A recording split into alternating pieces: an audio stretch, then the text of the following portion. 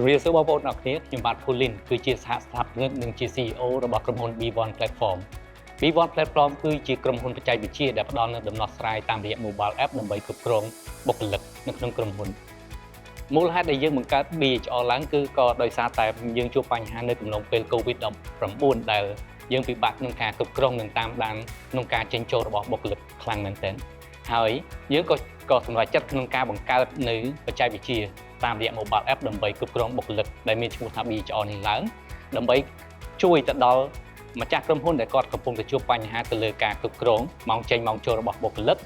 ការស្នើសុំច្បាប់ការស្នើសុំបន្ថែមម៉ោងនិងផ្ដល់ជូននៅរបាយការណ៍ដែលងាយស្រួលមើលទៅដល់អ្នកគ្រប់គ្រងដែលអាចជួយសន្សំពេលវេលានិងថវិកាជូនទៅដល់ក្រុមហ៊ុនមូលហេតុដែលខ្ញុំសម្រេចចិត្តក្នុងការដាក់ស្នើសុំចូលមកកាន់ DPA Cohort 4នេះគឺដោយសារតែខ្ញុំមើលឃើញថាក្រុមហ៊ុនរបស់ខ្ញុំបាទត្រូវការជួយ support និង mentoring ពីសំណាក់អ្នកដែលមានបទពិសោធន៍ខ្ពស់ក្នុងការដំណើរការ business ដើម្បីឲ្យគាត់អាចជួយ